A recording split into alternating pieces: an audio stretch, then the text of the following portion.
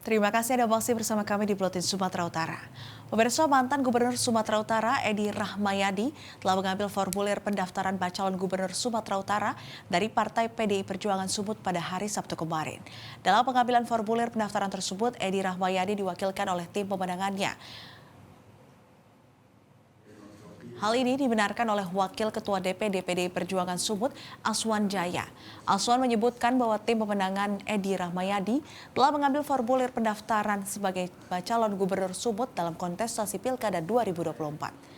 Pengambilan formulir pendaftaran sendiri diterima oleh Sekretaris Partai PDI Perjuangan Sumut yakni Sutarto.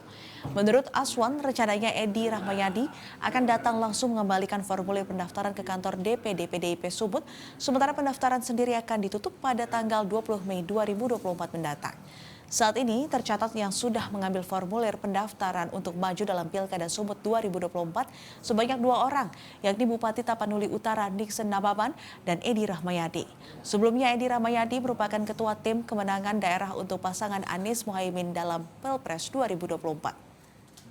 Jelajahi cara baru mendapatkan informasi. Download Metro TV Extend sekarang.